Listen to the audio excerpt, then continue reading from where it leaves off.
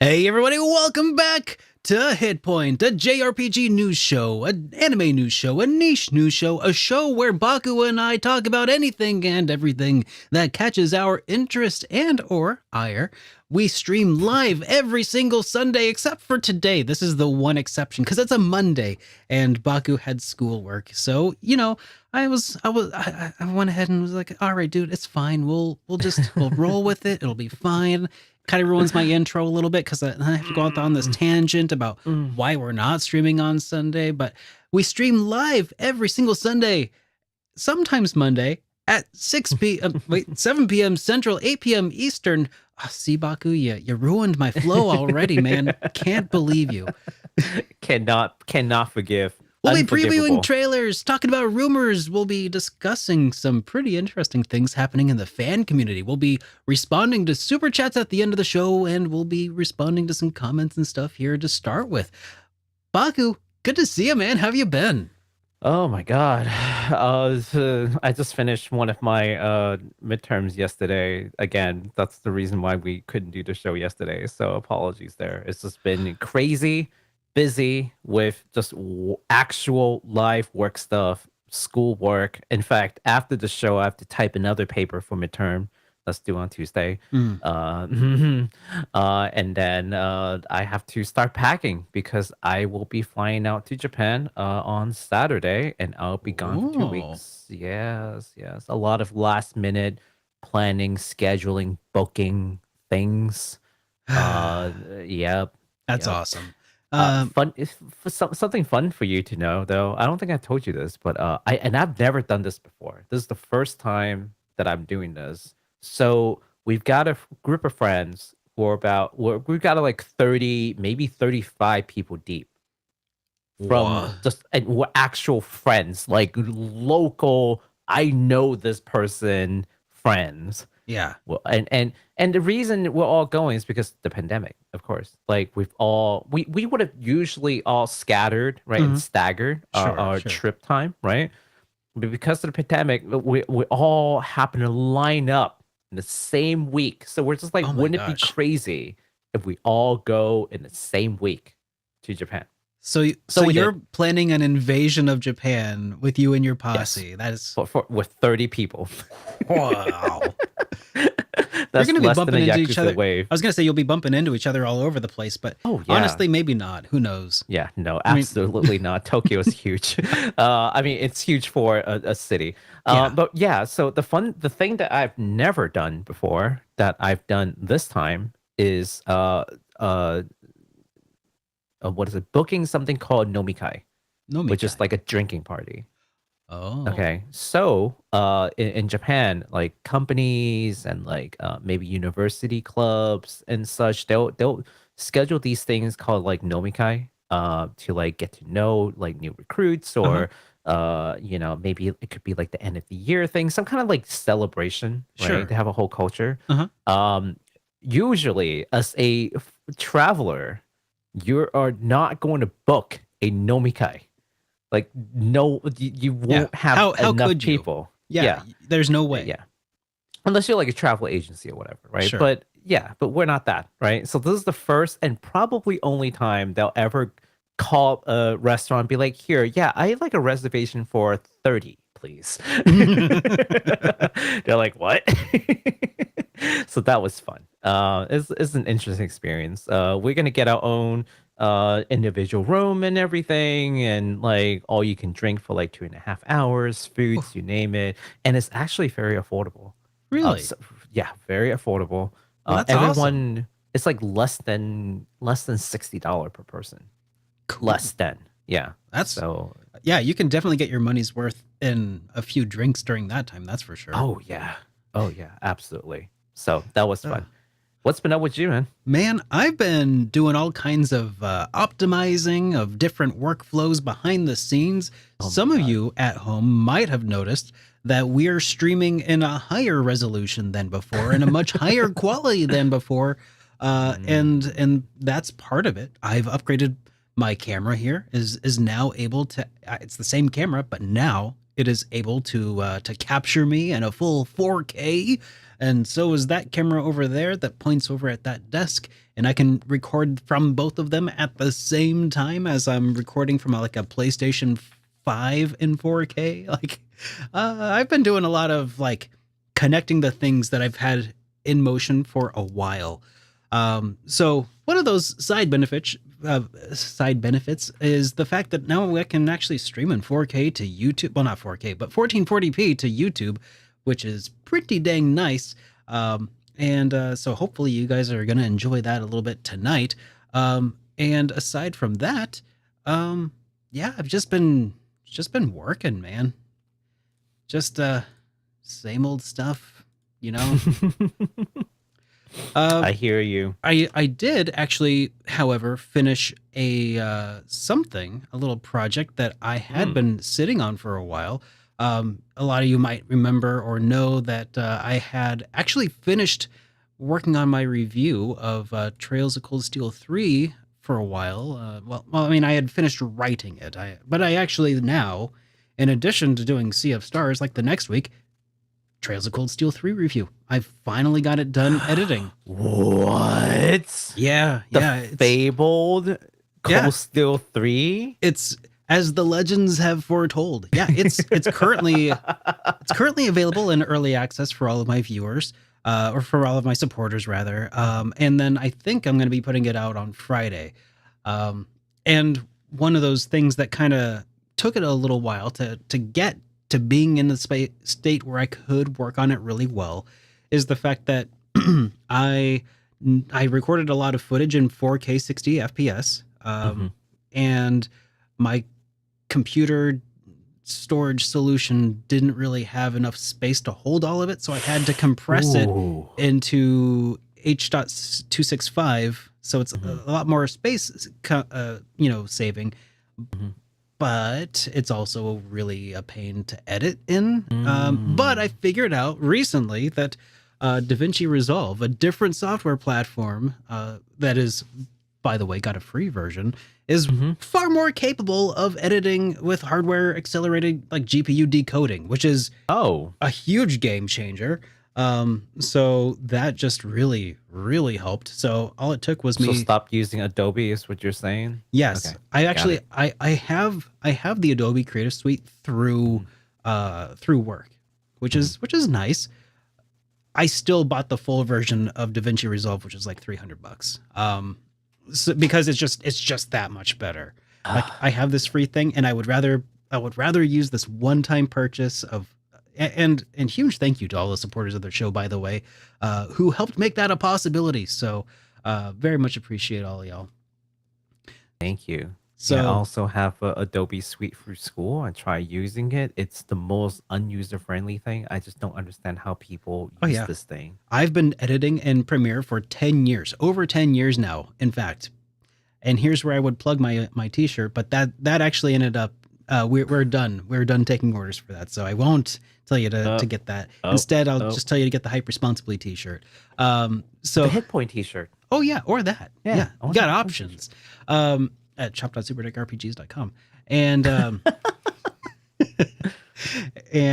anyways, yeah, it's just been such a game changer for me to switch out to that platform. Like Adobe Premiere was just so slow that even changing gears and learning a different piece of software was faster than using something that I have 10 years of experience in. Oh no. It's that different. Geez. Anyways, all that is to say, I got some stuff done. I was productive and it feels pretty good. Nice. Yeah. Well, yeah. Well, anyways, let's go ahead and kick things off here proper with tonight's show by discussing some comments from the last episode that we got here. Someone here, Massive Rickan, says, "Finally copped a couple of teas. Been wanting to get the Hype Responsibly one for ages now, and the 10th anniversary one pushed me over the edge. Love the channel and this JRPG podcast in particular. Hope you keep them coming." Thank you. Yeah, thank you so much, Thank man. you. That's awesome to hear, and I wanted to say thank you to everybody who did end up getting one of those 10th anniversary teas. It was a very successful little launch there. And yeah, I've heard from Switch Wicked that several, actually, I think all of them now have been printed and shipped out, which Ooh. is really awesome. One of them has not yet shipped out because they also ordered the David Vink T-shirt, Oh. the Pride and Joy T-shirt with Mhm. like a little Dragon Quest inspired character on the front, Mhm. and yeah, so that's printing out this week, and so hopefully that shirt will go out to them soon. It looked So really cool. That oh, shirt looked really cool. it was super Uh, cool. I'm just glad that my shirt will be coming in before I fly out because my entire family is flying out and I'm dealing with headaches. I'm like, oh no, what if the shirt comes in? They just leave on the porch Oh and then, no. yeah, no, I have friends that I've given like trusted friends. I'm like, here you go, here's my key. Just like if you don't mind coming in to pick up like one or two packages for me.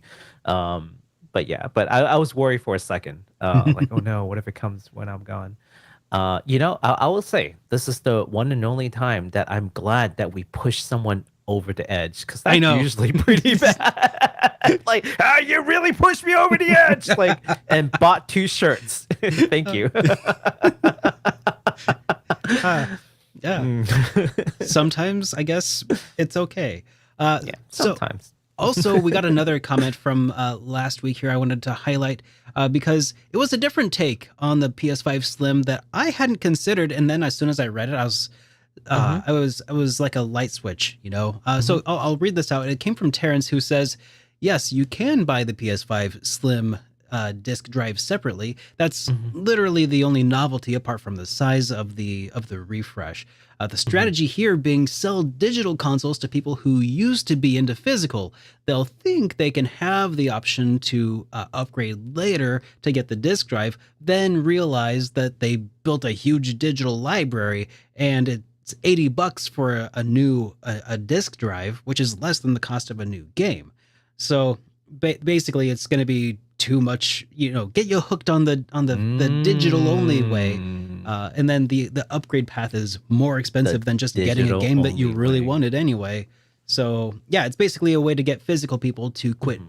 physical games, which as soon as I read that, my Hmm. my cynicism kicked back in. I don't know Hmm. what was wrong with it for a while. Like I was just too optimistic and like, Hmm. yeah, but now that cynicism is back in full force, and it just occurred to me, yeah, that after reading that, I was like, those shisty They people, I almost cannot got believe them. us. They had me in the first half. Mhm. Oh, mm, You know, look, PlayStation, like Sony, mm-hmm. if you want people to get digital only, there are two things that you need to do. Like, Make the and games you don't cheaper need than you don't. physical. You, well, okay, that's more of an industry thing and not like a Sony thing. Well, I'll give you a Sony. I'll give you like two Sony specific Okay. like things. They don't even need to hire me as a consultant, right? Although they probably paid some fresh MBA grad like millions, right? But here it Probably is for probably you for McKinsey. free, Sony. Number one, work on your security. You think I want to put my credit card with PSN after your numerous hacks? Are you Oh, crazy? okay. Slight counterpoint to your point. I mean, it's a good point. Huh? Slight counterpoint. After the Experian debacle, like honestly, we're all compromised at this point anyway. It's just a matter of, how compromised. Counterpoint. That's only Americans. You have other people who aren't Americans. Well, that's true. That's true. Yeah. Because experience, Social Security and all that. So it's a very American problem. But Yeah. other people may not have that issue. But yeah, like I don't want my credit card information stolen from PSN. This is like it's one more place that I don't want to have. And but like, you say, hey, you could do PayPal, right? That are slightly more secure, maybe. We'll see. Counterpoint number two. I mean, not counterpoint, but like point number two that they need to fix. Hmm. Remember how like PlayStation 3 and like they just kind of like removed the store and you can't really get your games anymore. Yeah, that's the reason why people don't want to go digital, Sony. Do you understand? This Yeah. this is why, because we don't own it. Yep. You're telling us through your action, not hypothetical, not like, oh, You're just worrying about nothing. Look at Steam. Mhm. Yeah, Steam doesn't close down on us because the game is old, right? Yeah. It's the PC is just a platform. It's not like PS3, PS4, PS5, and you gradually phase out the older consoles. PC is just PC. The older games will still be there, right? Uh, and it'll still be available, right? I can't say the same for Sony. So until you fix that, like, and even after you fix that, you still got an uphill battle. Oh yeah. But that's just like a non-starter for me. Hmm. Like, Do you when remember you're doing that. one of the things that I remember in the first like discussions about digital games when you could, on the PlayStation 3, the Xbox 360, the Wii, the promise was Mhm. they'll follow the Steam model. Right. There'll be constant sales just like Steam. They're going to Hmm. be cheaper than buying them physical because you won't have all of the other overhead Hmm. of Yep. shipping and pressing. Yep. Production Whereas, logistics, right? yeah, Yeah. that promise has been completely abandoned, completely and utterly abandoned.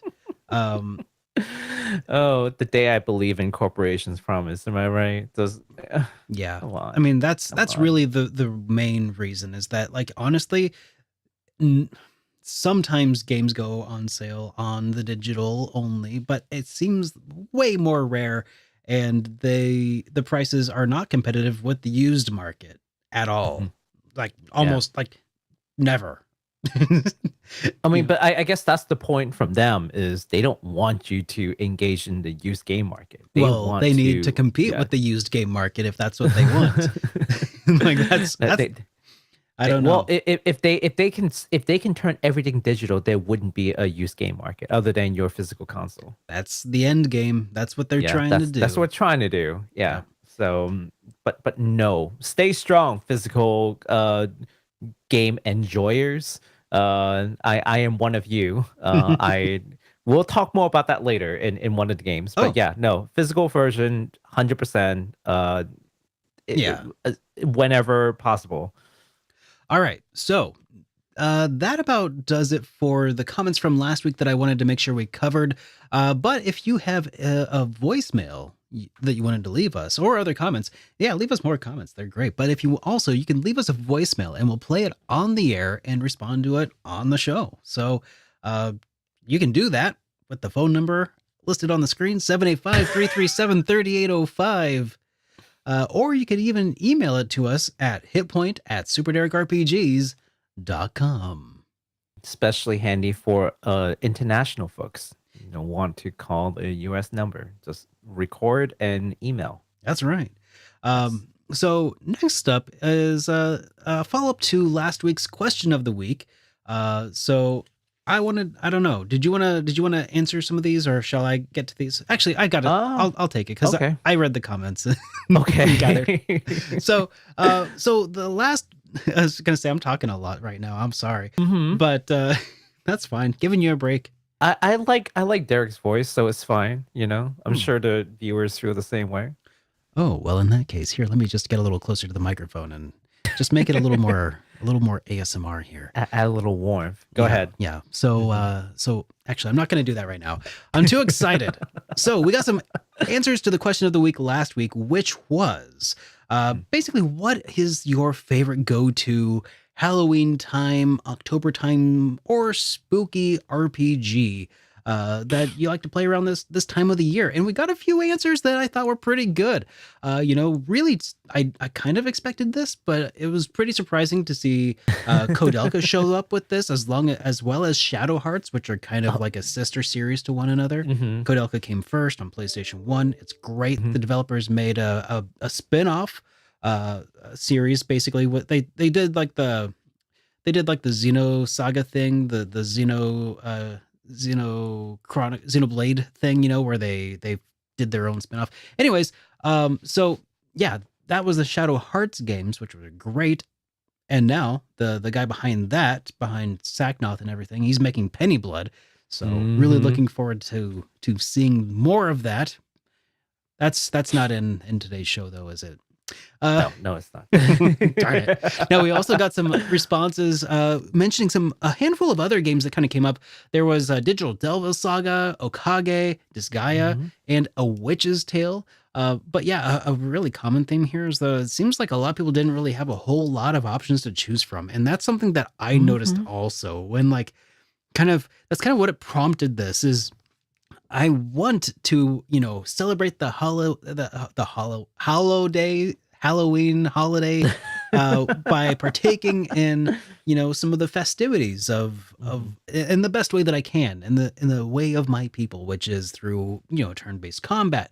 Um so yeah, I was just looking for more ideas and I don't know. So I came up with a few. I was gonna make a video. I was going to make a top 10 and then I didn't because there was only mm, 5 that were any good, and then I was like, "This isn't gonna be a very good list after all." mhm. Like, I've written it, and I'm like, "I just can't."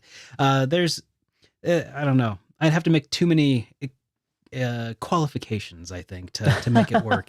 But, but as far as the Halloween spirit RPGs that I was able to think of, like there's Costume Quest, which is one that was like, yeah, Mhm, that's I think the one actual Halloween RPG out there. Everything else is kind of like, eh, eh.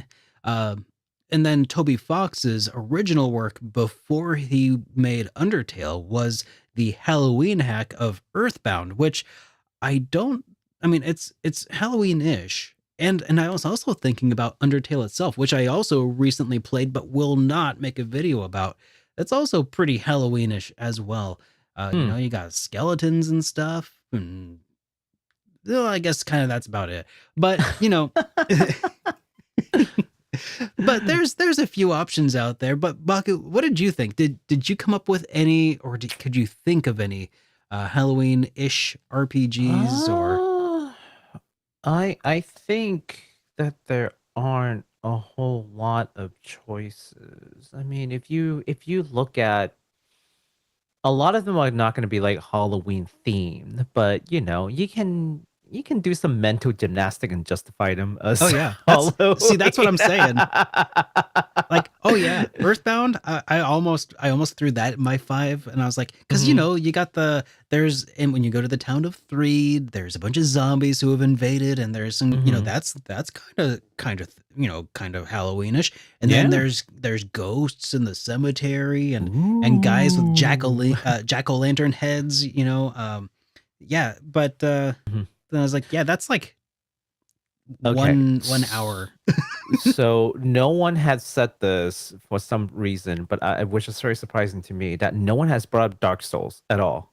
Like the Mm, entire atmosphere is spooky. It's mhm. ghosts everywhere. What do you mean? It's skeletons and demons everywhere. Like I mean, yes, it's not Halloween themed, but a lot of these are not going to be Halloween themed. They're Mhm, just like, and there's no jump scare, right? mhm, It's mhm. not horror per se, but Maybe you Bloodborne know, too, along those yeah. lines would have Yeah, been. but how hard those bosses are, they ought to be scary to you. Oh yeah. you know? Mhm, Yeah, Bloodborne, that sort of stuff.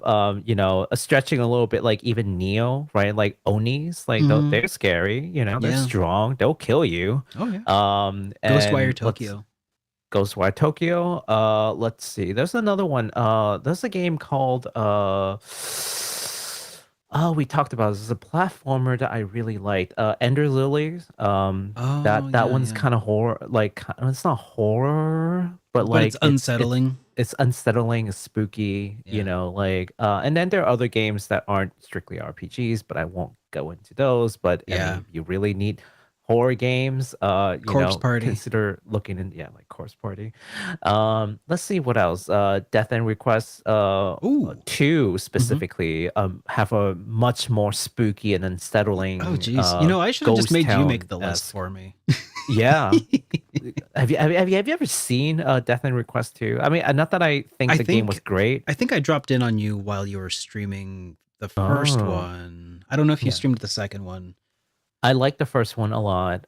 Second one not as great, but if you want to talk about Halloween and that kind of like spooky sort of like environment, I'd say the second one definitely fits the bill. There was Yeah. one other game that I kind of thought might also fit from a Mhm. certain perspective, and that was Secret of Evermore on the Oh, and okay. it's weird. It's a weird choice because it's not. Mhm. I mean, there's a few spooky kind of moments, but you can say that about Mhm. pretty much every RPG, whether there's a zombie or a monster or ghosts or Right, right, whatever, right. you know. But what kind of got me thinking about it is the dog, how the dog transforms based on Mhm. whatever area you are part of, and in a way that kind of makes it almost like a little bit of a dress up sort of thing. You know, your dog, you know, gets to put on the visage of a robot or a timber wolf or some sort of Egyptian looking dog. I don't even know what you would Mhm. call that. Like kind of like Anubis, I guess. Oh, yeah, I could yeah, say. yeah, yeah. Mhm. So yeah, there was. I think that kind of thematically ties into it. I was trying to in the script of the video. I was like, how could I tie this in? Because like you go to these other areas and they're all thematically linked to different like movie Mhm. genres, and that was really cool. But then at the end of the day, I was like, you could say that about pretty much every RPG ever. Like, oh, the I fire think temple, a water temple. one Hmm. more, Omori. Amori, yeah. Omori is definitely psychological horror slash RPG, like Um, actual RPG I've heard and not I heard pseudo that brought RPG. up, and I've also Mhm. heard about Lisa the Painful as being Oh. a similar like unsettling kind of game. We But do have new horror esque, or at least the setting could be seen as horror RPG, yeah, like that one that we covered the other day that I uh, mistakenly called it yeah, a horror game, but but it was not a horror game. It's it's just just like, unsettling. Yeah, I yeah, it's just remember. unsettling. Yeah, Yeah.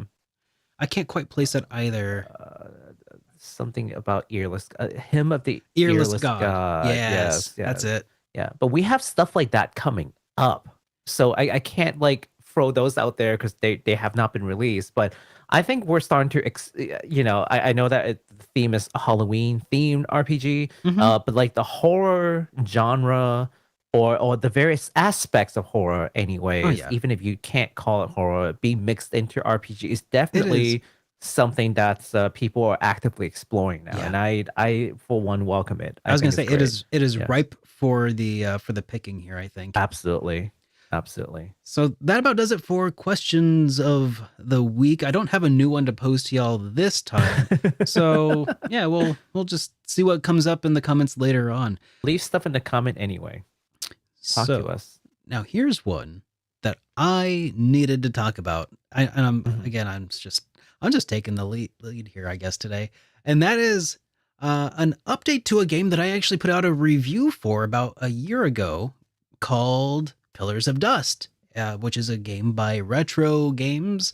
And published by our good friends at Something Classic. They've just dropped a massive overhaul of their little indie game from last year called Pillars of Dust. This is a game that uh, it's a pretty interesting game. You know, not a whole lot of it doesn't take itself seriously at all. It is a lot of fun and a lot of humor and anyways. So this graphical overhaul just recently came out in tandem with their release on the Nintendo Switch. Previously it was a Steam exclusive, and it was $6.99, but Mhm. currently it's also like 60% off, so it's just like Mm. under $3, which is pretty Wow. incredible. Or maybe I'm not sure if I got the price right or not, but it was basically I think you're a little off. yeah, yeah. It's cheap right now though. It is, yeah, Mhm. I think it's like 360. Maybe yeah. Anyways, check it out if you are interested. It's about a 10-hour RPG. The new overhaul that they have released here adds native widescreen support. Previously, it was 4:3 only because it's Hmm. very retro, like NES style, along with a patch to play in 60 FPS instead of the Oh. previous 30. You know, double your frames now. Uh, About the frames. and it has some other balance changes that were confirmed by Something Classic that kind of Mhm. increases the difficulty a little bit to provide a little Okay. bit more difficulty, a little more duration to the game for people to chew on. Mhm. And owners of Pillars of Dust on Steam can upgrade to this latest version with the free update. Uh, Oh my that god. kind of takes it from this like they redid all of the pixel art in this game, which previously was pretty much like a very NES style, and it kind of, in my opinion, looks a little bit more Super Nintendo-y. Mm-hmm. And so if you're interested in finding out more about Pillars of Dust, I have a full review available to it, talking about the original release. And then I put out a new video today talking about that graphical overhaul. Just a very short, like 4-minute video. Go check it out if you'd like to, and support those awesome indie developers. Links will not be in the description. Wait, to your own videos? Oh, wait. I'll link to my own videos, sure. But yeah, YouTube. Yeah. I'm actually, I think I did. I need to get out of the habit of including links in videos descriptions, because I did link to something classic and retro. Got flagged? No, I didn't get flagged, but I did link to it, and I realized I should probably try to get out of that habit. Ah, God, it's just YouTube. Yeah. I know. I know. Oh, geez. Anyways, so that is it for updates to previous games. So yeah, make sure you guys check them out. All right, so we've got quite a few games to talk about, upcoming releases. Usually we will only talk about games in the next week before our next show, but since we know that we'll be on extended leave, so we'll talk about games that are coming out in the next 3 weeks. And even then, it's only 5 games that we need to talk about. So, not a whole lot of things. But let's start us off light with a game that is a roguelike deck building card game called the Phantom Rose 2 Sapphire from Makaro and Playersm. That's coming out October 30th. On PC via Steam. We've got a short trailer just to give you guys a quick refresher what that is. And if you're interested, again, October 30th. All right. So here's another spooky game. Here's spooky. This is kind of like RPG-esque, right? That's RPG. Sure. It's deck RPG. Yeah, whatever. Oh, you know what? That's spooky. This is spooky. Say, some people, by the way, I'm surprised nobody said Symphony of the Night, because some people I think we just an RPG. Yeah, so I've heard from people that is considered an RPG. Interesting. I don't know. Some people qualify. I've never really played it personally. There's definitely some like cross between some platformer and Metroidvania and RPG elements enough to think of it as RPG. It's not RPG adjacent, action RPG adjacent for sure. Yeah, kind of. It's not a binary, right? Yeah, it's not a yes or no. It's a sliding scale. It definitely is. Yeah, but yeah, that looks like a horror game, kind of ish. I mean, it's got the atmosphere, so maybe play that for Halloween, which again comes out the day before Halloween. So please check it out.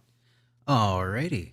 So next up, we've got a game that we actually talked about last week a little bit. It is that 90s anime-inspired 2D horror adventure game that we talked about called Little Goody Two Shoes, which is coming out on Halloween for PlayStation 5, Xbox Series X, S, and Switch, and Steam. And if you want to try this game out, there is already a demo available to you, which you can use to find out, if this is up your alley or not. So let's check out that trailer for Goody Little Two Shoes next. Yeah, this is going to be a short trailer because we saw the long trailer last time. Now we're going to watch a short, just a refresher what we're talking about. Yeah. Love the art. I absolutely love the art for this game. I think they did a fantastic job. This is being published by Square Enix, but it's not a Square Enix game. It is still like an indie developer that made this. Look at this. God, that is so like it's a little offsetting, but I love it. You can't quite say which anime they got it from, but it's definitely like something in the 90s. Yeah. Right? Uh-huh. It screams 90 Bishoujo. Mm-hmm. Oh. I love the animation. It's so well done. I was gonna say, like, who did the animation and like I don't know if the development house did the animation in-house or did they must have you outsourced to know, some professional person to do this. Or I mean, you'd be surprised, man. So especially with indie developers, like it's so nowadays, authentic people are looking, so man. talented that I don't know. It could be in-house. It just I'm gonna look it up. it looks so authentic to Hmm.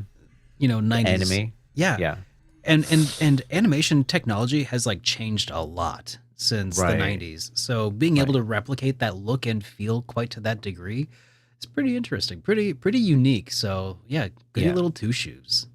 I think they've done something similar to like the sequel game that came before. So this is supposed to be like the prequel to their previous game. The previous game also had really good animation. Yeah. So whoever they are employing, let's say either outsourced like company or like internal, props to that, props to those people Yeah. making these animations. They look beautiful.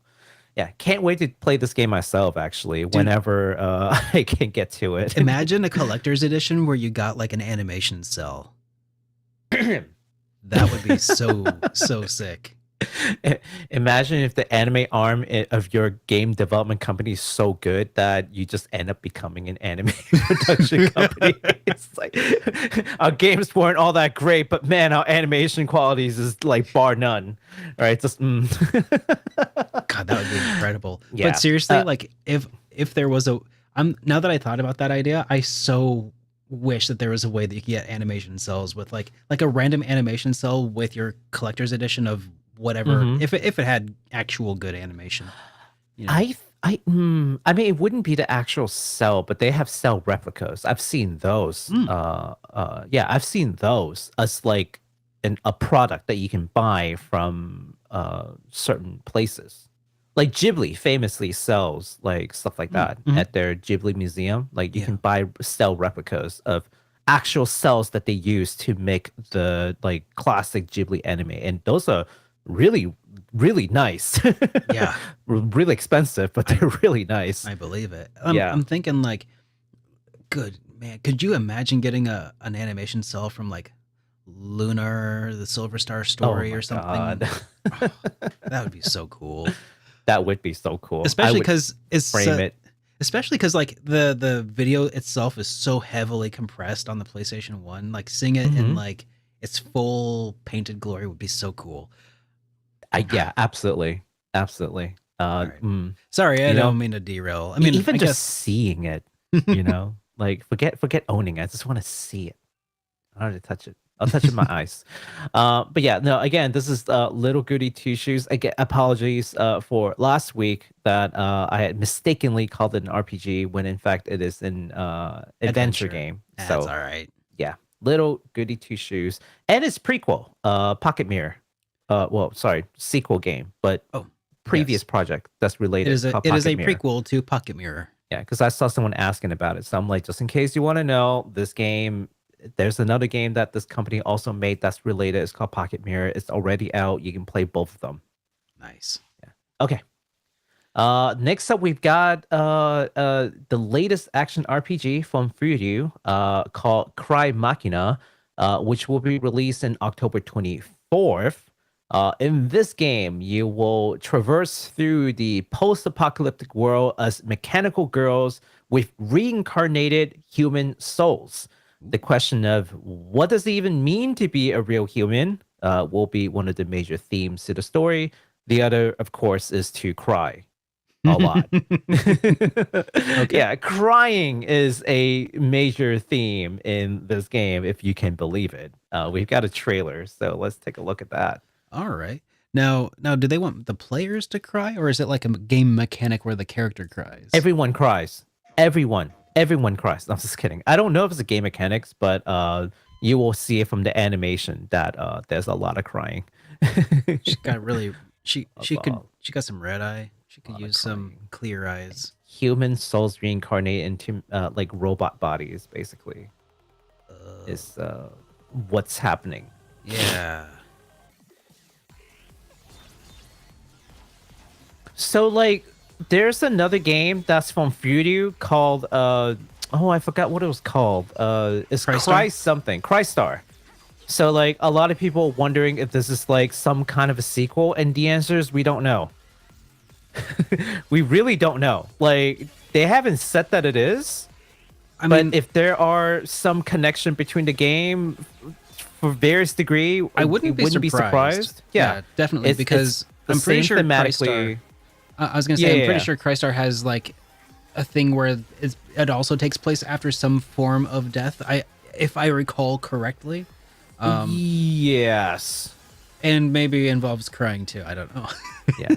No robot girls, but you know, like I mean, if they want to write something to make them connect, they'll write something to make them connect. Oh my Like, god! If you Kingdom know. Hearts has taught me anything, it's that you can connect anything to anything. Oh my god. Whether they connect well or not is a different story. Yeah, However, with connect they will. with enough darkness, it will connect. And leave it for you to fill in the blank, right? Just oh, what do you think happened? Oh no, no. You You know fill in the what? blank. No, if Kingdom Hearts had left any any room for people to make up their own fan theories, it would have probably held some mystique. Kingdom Hearts tried to over-explain everything. Like, I've seen fan videos, man. They yeah, they go hard. yeah. Yeah. But anyways, Anyways, this game looks great. It is it an action RPG. Yeah, it looks great. 3D's at it again. it's a beautiful looking game for Yeah. sure. I welcome it because it's different. It's not your usual suspect, right? Like, it might not be everybody's cup of tea, but sometimes you need a company like Fudu to push the envelope a little bit. They're somewhat in between, like, your pure indie to, like, Final Fantasy. Like they have corporate backing, but they're also willing to explore different thematic like ideas.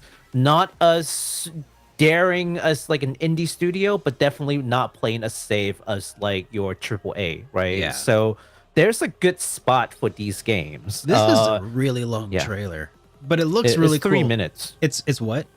It's 3 minutes. Oh, I think you said 30 minutes. I was like, oh No, my no, no, no. god. We're gonna be here for a while, guys. Strap down. No, it's 3 minutes. It's already done. But yeah, it's got a good amount of gameplay, so I think it shows you It's a good trailer. what you should expect. Yeah, It's definitely caught my interest. yeah. I have the previous game. I still haven't played. How Just dare sitting you? there. It's just along with many other games Mm-hmm. like East and Trails. Oh gosh, Mm. I feel you on that. Mm. Oh, just Anyways. don't mind me. I was just looking at my backlog over there across my shoulder. Anyway, Don't make eye contact with it. don't make eye contact. So, CRYMACHINA, of course, again coming out in October 24th. If you're not sure that that you want to commit to buying this game, the demo is available as well. So please check that out. Next up, we got a game that I don't know, is kind of cool, I guess. The long-anticipated remake of Star Ocean: The Second Story is finally coming out on November 2nd for PlayStation 4, PlayStation 5, Nintendo Switch, and PC via Steam. And we've got a trailer for that as well that we can take a look at. Yeah.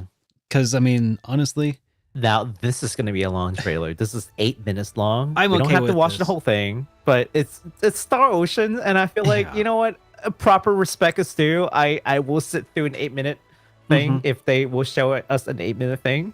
Now, I will also say I do have a full review of the PlayStation version of this game, which Ooh. I do not think will probably be too far removed from what we experience in this game. So if you want a good idea of like, is the story any good? Are the gameplay Oh, look at mechanics that. good? Oh my god. Then you will know. Oh, that. I'm sorry, I got distracted. What? I got distracted. What were you saying there, Baku? I wasn't saying anything. Yeah. Okay, Just so anyways, admiring this. yeah, the base game, the original release, super awesome. Now reimagined with brand new visuals. Oh my god, Let's take a look at them one by one. that is Revealed in the battles to the in-game systems. I still that's so think it's pretty. very jarring with the 3D I object. don't know why. I don't find it jarring in the slightest. I love it. Oh, Like it's still jarring to me, but I'm coming around. It's not as bad as the initial look. The initial look, I'm like, oh my god, what is going on? I'm starting to come around a little bit. Okay, I so will I'll say say that. in combat it does look less I think it looks more seamless in combat. Like I feel like the the sprites do look when they're a little more super deformed like that. Because here, where they're like in the slightly more realistic proportions, it looks a little better. Yeah. Oh my gosh. But it doesn't look bad. I don't think at any point to me did it ever look bad. Oh man. My one regret for this game is that it does not, as far as I know, have the involvement of the Star Ocean Yeah. team. Yeah. Tri-Ace. Tri-Ace, yeah.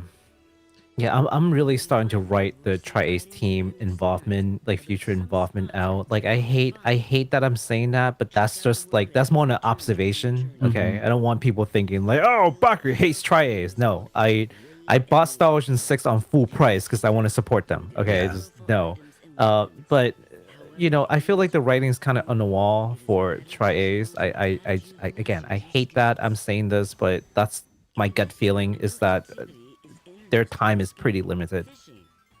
I hope that the developers can. Oh gosh, I don't know. Is Tri-Ace a sub company of Square Enix? No, They're they not. They're are- just they're like a separate publisher, like the people who made Goody Little Two Shoes, right? They just happen to be published by Square Enix.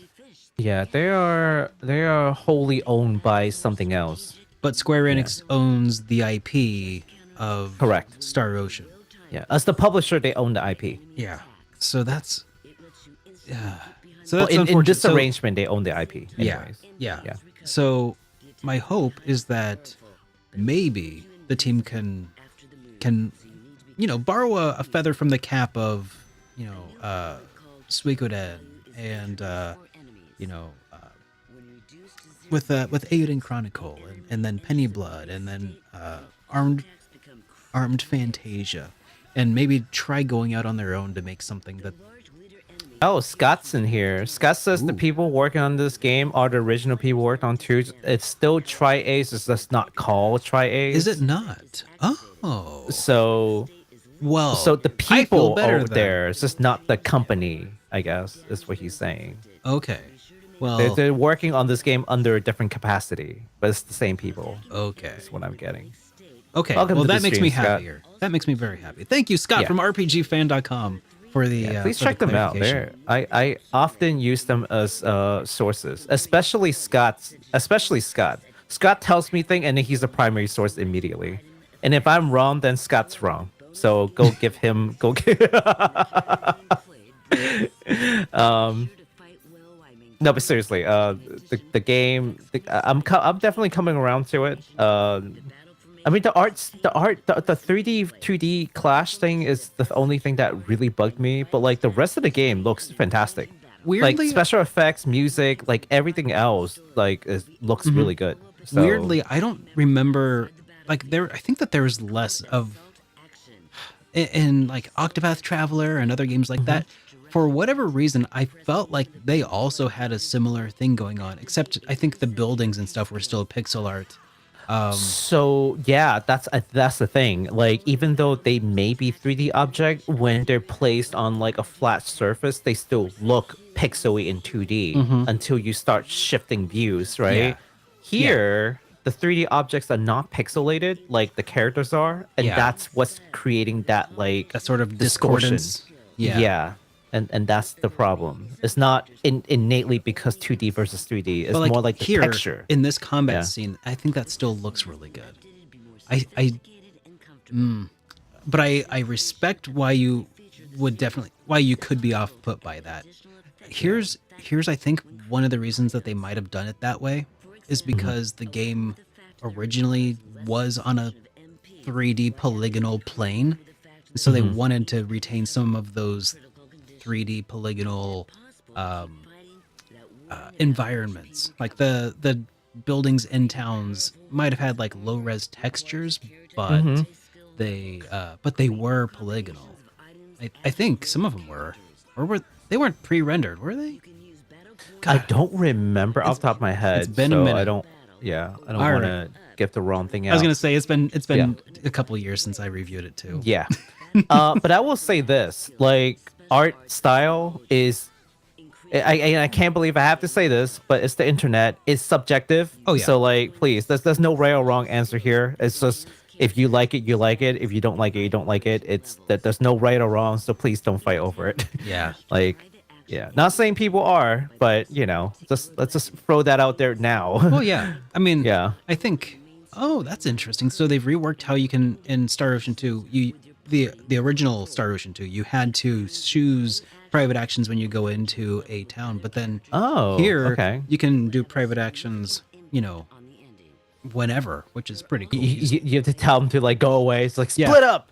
Yeah, you're like, I'm about to do some stealing, guys, and I don't want you getting mad at me. So how about y'all go over there for a while?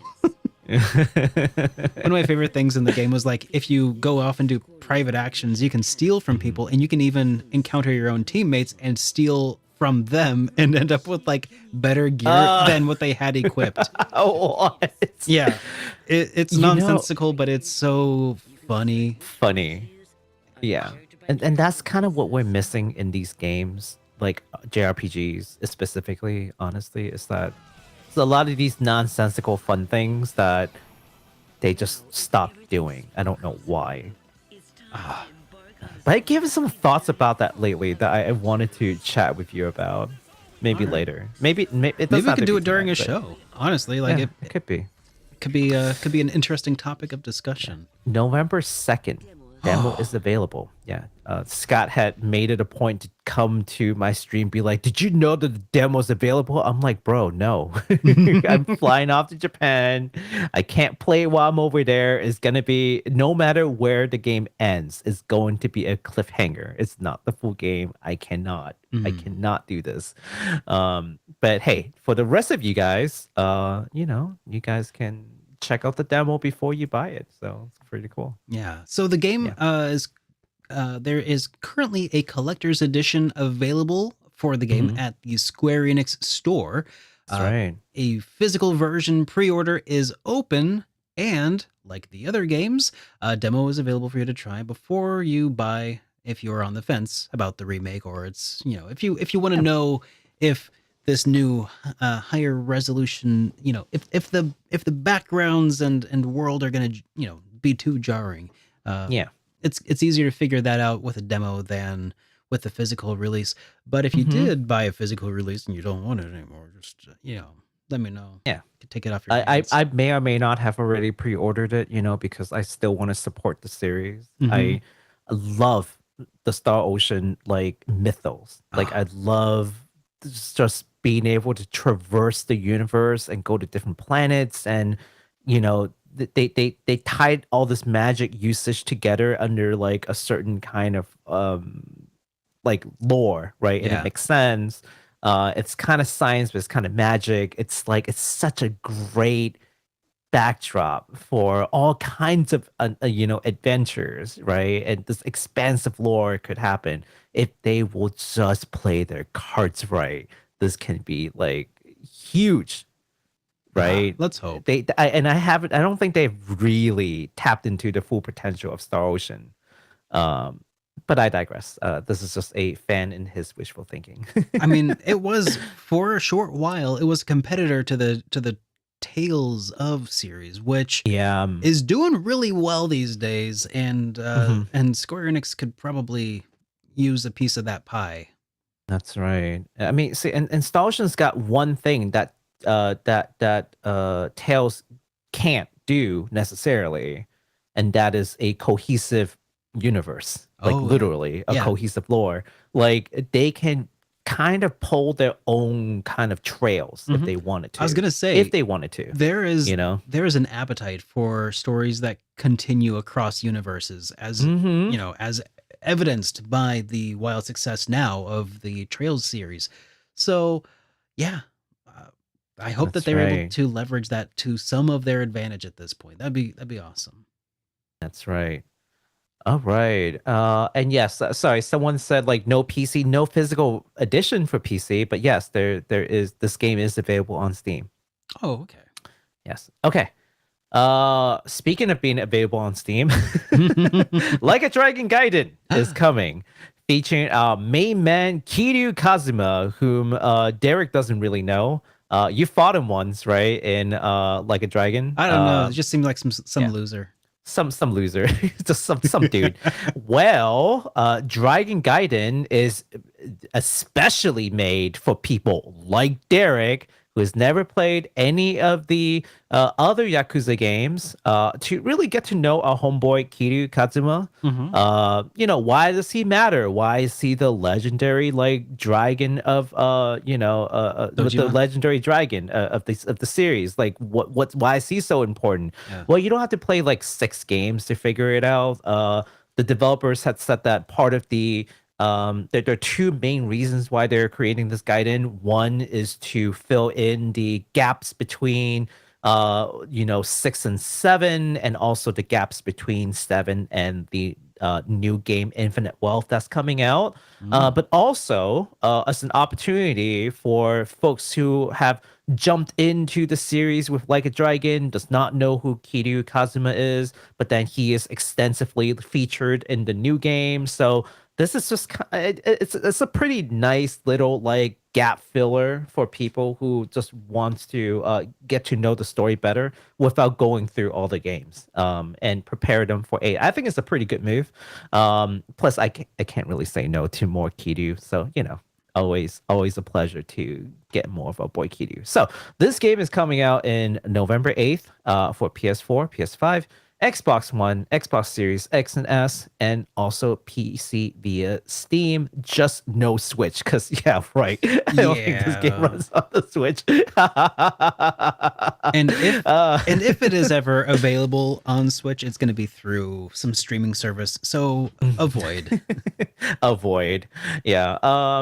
So we've got a short trailer just to remind ourselves what this game's about. Why don't we take a look at that? Alrighty.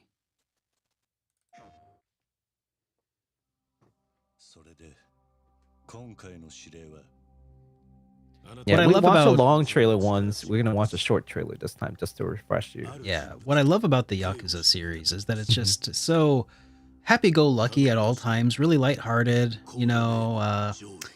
feel good, uplifting. Nothing bad ever happens. Just Yeah, nothing bad ever happens. Just right? low stress, kind of stories. I appreciate That's sarcasm. stories.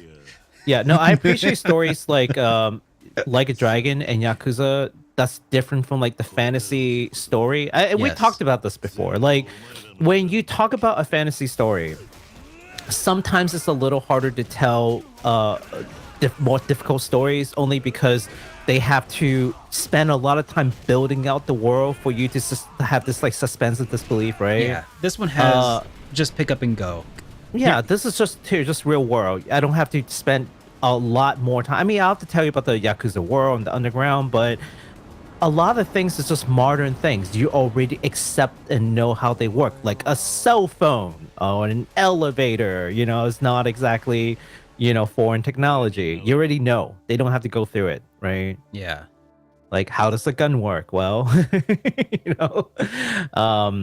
there's no magic. There's nothing mystical to contend with, right? So, and in that sense, they're able to tell a different kind of story, right? Yeah. That's more based in reality. Well, I say more based in reality because my man Kiryu has been shot like how many times, and he still hasn't died somehow. Hey, But I mean, there's no accounting for plot armor. That's right. But realism aside, of course, again, I appreciate the kind of story that Like a Dragon and Yakuza games can tell. But I, of course, also appreciate other stories. So it's a nice like refresher to kind of go in, oh, okay, and then go back to like a full fantasy world, right? It's fun. So what I do actually Mhm. what I do actually think about the Yakuza series though is that it does get really serious quite often, but then like in between, it builds itself. Like these commercials that they're showing are like, oh, it's a Mhm. very serious, very stiff, stuffy kind of game. And then you play it and then you're like, okay, yeah, the main storyline is super serious. Everything beyond that is just like a playhouse of like parody of society. It's kind of like GTA in a sense, in that sense of how the world that like you're going through is just Mhm. it doesn't take itself nearly as seriously as the rest of the story. Hey, Mr. Derek, dare I say the game is fun? You could say that. Yeah. That's what I wanted to talk to you about, but later. Oh, okay. So yeah, no, all the side quests are great. You get the serious plot, and then all of a sudden it's like a cabaret club, like spin off, and then it's like weird, and then you go play some mahjong, and then you go back to playing the main plot, which is very serious, and then you go and play what is that one little side thing that they have in Like a Dragon? It's like a Pokemon Sujimon? thing, but Sujimon. Sujimon, and you go play some Sujimon. Yeah. You collect useless old men around the city. It's just like what? It's great. Anyways, more news for Like a Dragon Gaiden, the man who erased his name. It's been confirmed there will not be any international physical versions, so no Western physical versions. So that means that you can't just go to your Best Buy and just pick it up, which is pretty disappointing to fans like myself, who just isn't willing to give up on the physical ownership, which we talked about earlier, right? Mhm. However, if you'd rather, you can get the Asia edition, which is basically the Southeast Asian edition Mhm. that we've talked a lot about. And folks who have watched our show for a while now should be no stranger to it. From Play Asia, of course. You can get the physical edition. There is one, and I did order it. It's like $40. Not bad. I was gonna say Um, that's probably yeah. cheaper than some of the digital versions out there. Oh yeah. Like Play Asia and the Asia release games. Check those out, guys, if you're looking for Mhm. deals, because That's sometimes right. sometimes it's not bad. It's a little known secret in the RPG community. Just don't tell anyone, okay? Yep. And don't tell people that we told you. This is keep it within the society. Anyways, yeah, no, check it in Play Asia. Get the Asia edition. And how you would know is when you go to Play Asia and you look at like the icon, it will say like Asia as opposed to like a EU flag or like an American flag or a Japan flag, which will indicate EU version and like US version and Japan version, right? Yeah. Respectively. But get the one that just doesn't have a flag and just says Asia. That's typically like the Southeast Asia version that has English for the most part.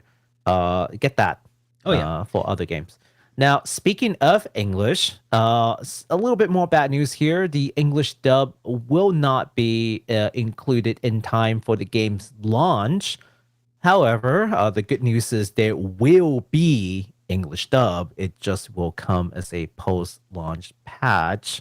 Oh. So take the good news where we can. Well, it's not gonna bug people like you who you know, just get so thrown off by English languages inside of Japanese settings. It's a little weird, right? But It absolutely drives me crazy, right?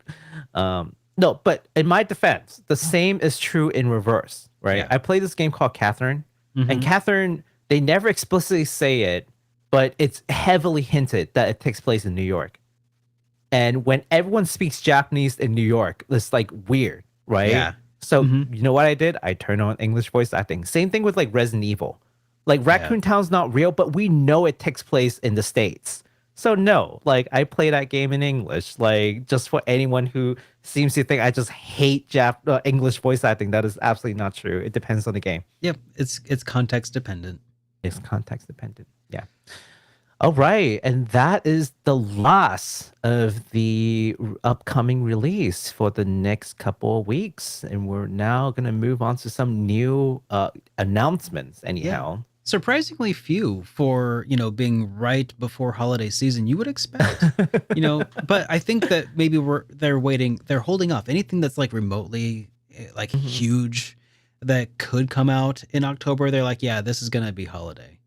I think they already announced and told us a lot of the release date for like they've Yeah. already talked about it. That's the reason why they're Mhm. not talking about it now. They had already done it Yeah. for like remember Tokyo Game Show and like the week before Tokyo Game Show, it was just like two extremely full shows that we did. Yeah, Yes. they did a lot of those announcements then. Yeah, that was awesome.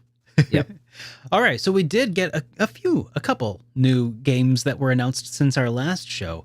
Starting with Death of a Wish, which is a new 2D RPG developed by Me Less Than Three. Yes. Me Less Than Three. Strange name. All right, I'm sure it was, there's it was a all one meaning word, by the behind it. way. With Yeah, with no, a, it's all in one word. with a couple of e's in the me, so it took me a second to parse that. Me Less Than Three. That might have been a typo, actually. Oh. But it is Okay. all in one word. Okay. Called Death of a Wish has been announced with winter of 2024 release. So we got about a year coming Mhm. to PC via Steam. This game, in this game that is set in a nightmare dream world, you will play as Christian, who is being targeted by a cult as he tries to escape their indoctrination. Mhm. And we do have a trailer for it as well. Creepy, So culty RPG. yeah, this could be. Just horror. It's Halloween. See, I was see, thinking- see. Mm-hmm. Oh, this is the one that you hinted at earlier, right? Well, one of them. Yeah. Oh, Interesting art style, by the way. I mean, it's not like it's not going to be every cup of tea. Again, art subjective, right? But Mhm. I think this looks super interesting. yeah. It's it's kind of like if somebody actually got good at using MS Paint,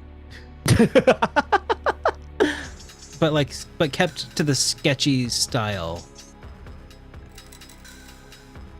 which is really difficult to do.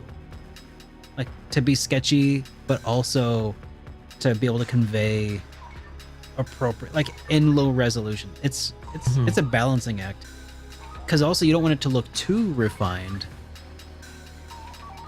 but you got to make it It's refined enough. refined enough to be able to tell what it is. Kind It's of an action reminds me a RPG. little bit of these old GIFs that I used to see a long time ago that were all in black and Oh, white, Yeah. and they were like 3 minutes long. oh, but- I remember those. And they're like this little bunny that had like a couple of guns, and it was like this Matrix inspired. Yes, yes. Oh my god, I remember that. That's that what was so this- cool. Yeah, it was the best, and that's what this reminds me of. God, man, that's an art form I miss so much. Mm-hmm. They don't do them how they used to. Yeah, it's a very striking art style. I don't think everyone just looks at it and just like immediately It's love not, it. But yeah, it's not for everybody. But you know what? Art isn't meant to be for everybody in most That's cases. right. That looks pretty artistic. That looks pretty Yeah. sick. I So- think that looks really cool. In this, yeah. So that's the game, Death of a Wish, and it's supposed to be coming out in winter of 2024. So keep your eyes peeled for more news about it, because it's going to be Yes. about a year, a little over a year. Right.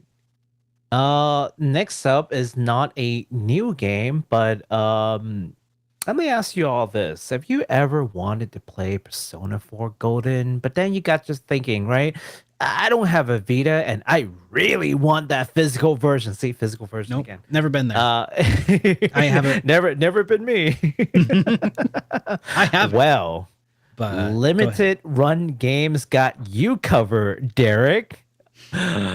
They are actually publishing the physical edition of Persona 4 Golden. So previously, when we announced the Persona 4 Golden for all the other consoles, we said that it was digital only, and it was true at the time. But Limited Run Games will be publishing in partnership with Atlas, as it's implied, a limited run of physical edition. So if you want to grab one of these because you're a Persona 4 fan, please be sure to check out their website sometime between October 27th to December 10th, when they will be collecting the pre-order. Now, in addition to the regular edition, they're also pushing a rather interesting limited edition called the Midnight Channel Edition for the truly diehard fans out there. Does it come with a CRT television? Close. I mean, the box is a CRT television. Oh, really? Oh. Yeah, no. Do you want to take a look at my screen so that we can show the folks what it looks like? Okay, Yeah, let's check this out. Yeah. All right. So here it is. Oh God. Yeah. Yeah. I wasn't kidding, right? Right there. Did not mean to be so close to the mark. So here's what you will be getting. Of course, the special box that you're seeing here. You will also be getting a steelbook case, a grimoire book box, a soundtrack, a trading card set, and oh, by the way, the soundtrack, amazing. P4G soundtrack, so good. Protagonist glasses and a display stand, which is right here, which is actually kind of cool. You get his actual glasses. Let's see, an all-out attack 3D shadow box, which I could only assume is this little thing right here that I can't quite tell what it does. It holds your shadows. It holds the shadows. A metal teddy statuette, which is this thing right here. Ooh. So, if you like Teddy, not many people do.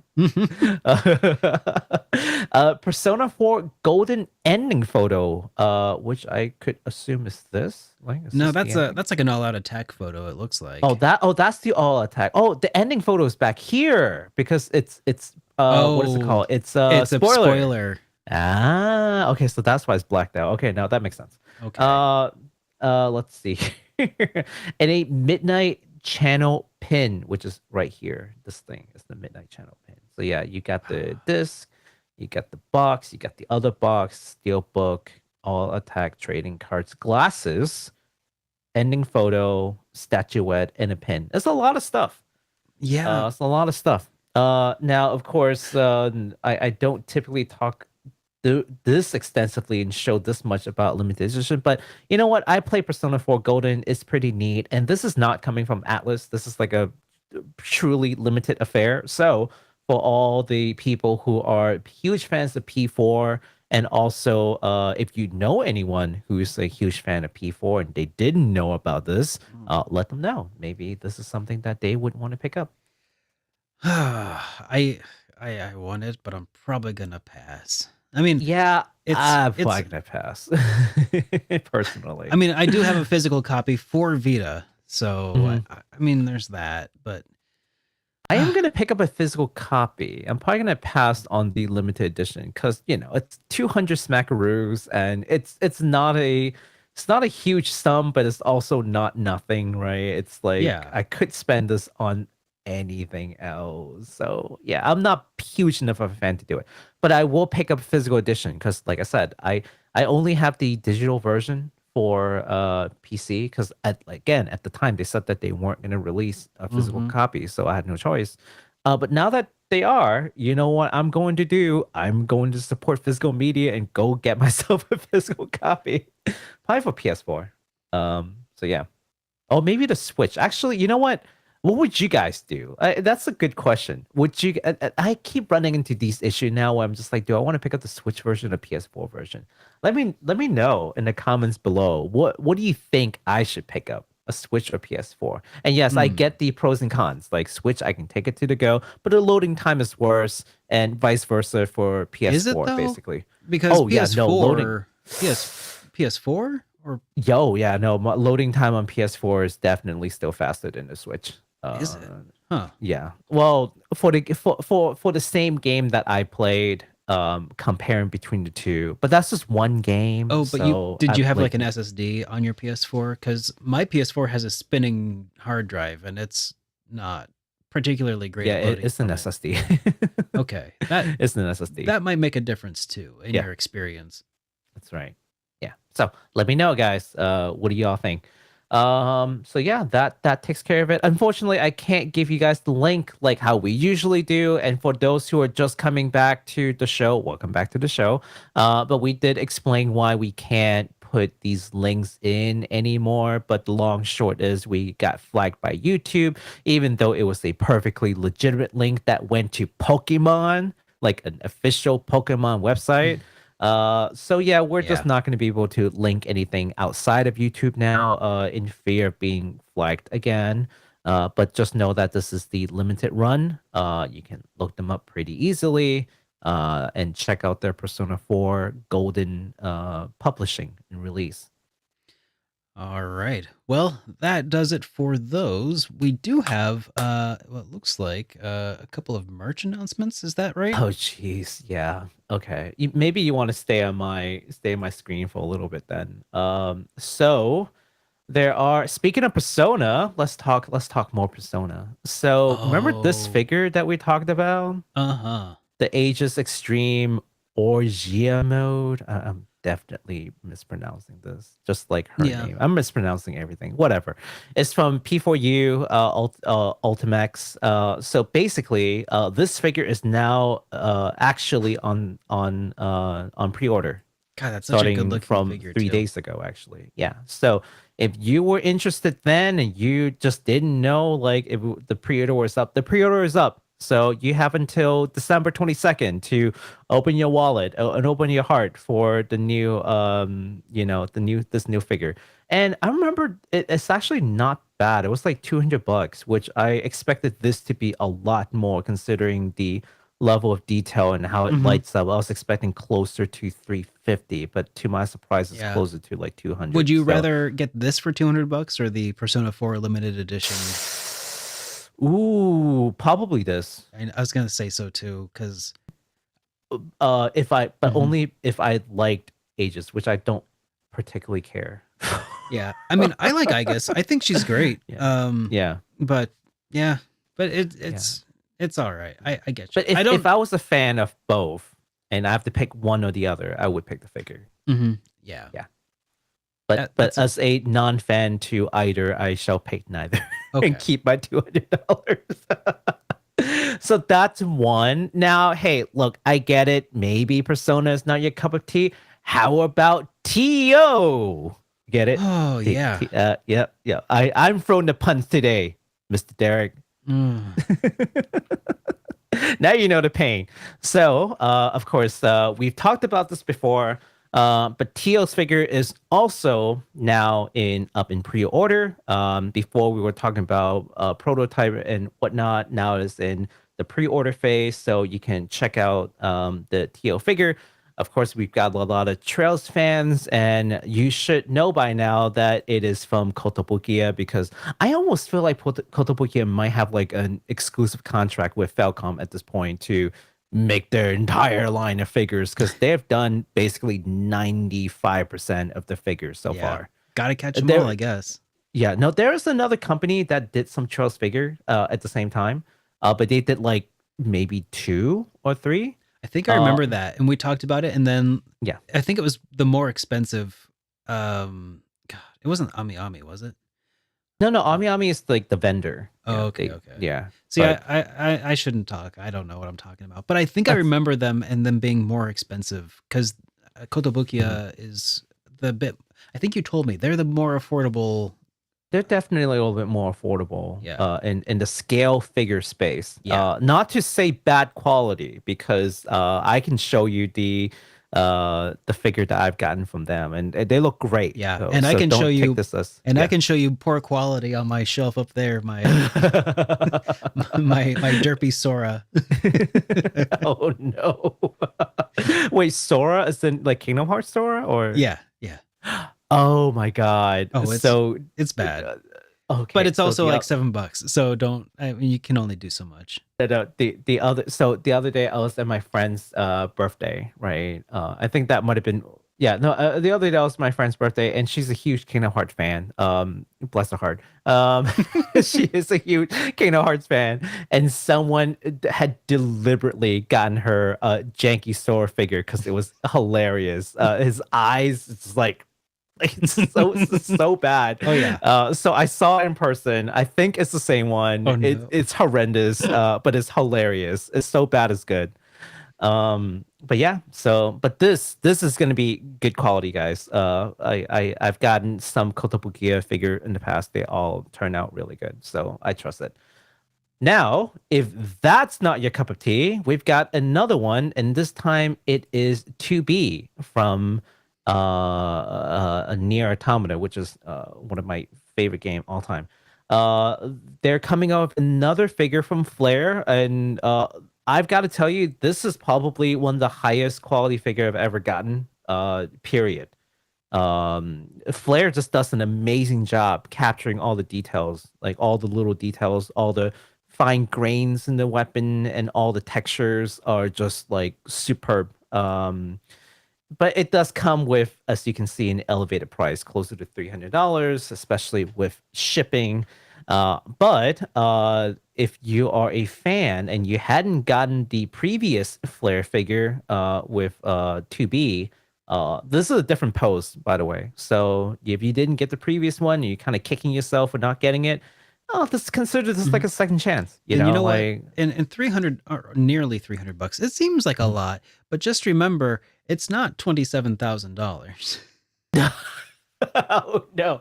Well, oh god, yeah, with the shipping too. Oh, and for anyone who does not know what we're referencing to, we're talking about the Final Fantasy VI. Oh, I still can't. Still stings. It still stings. It still stings. I was fully ready to drop $3,000 for that. I told you, right? For $30,000, man. How much was it? You said.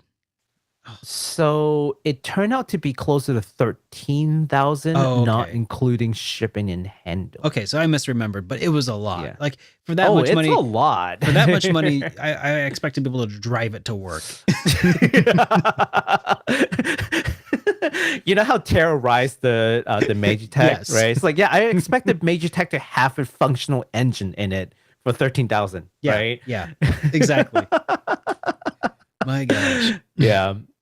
Powered by espers. Just insert espers inside so separately because Square Enix would.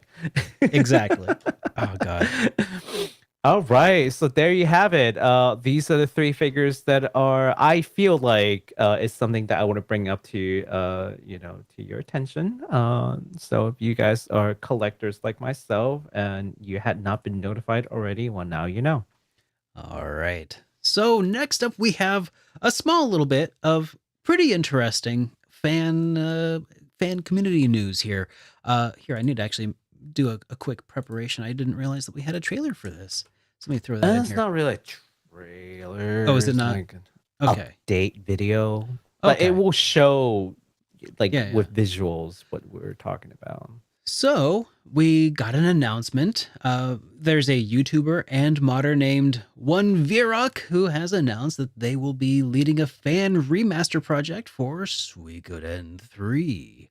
OneVirok is no stranger to the modding community, as they have been credited with mods for other games such as Xenogears and Dawn of Mana, and we have a trailer for, well, not a trailer, but we have a video kind of showcasing what this will look like. So let's pull this up here, and we'll link you guys to his video later.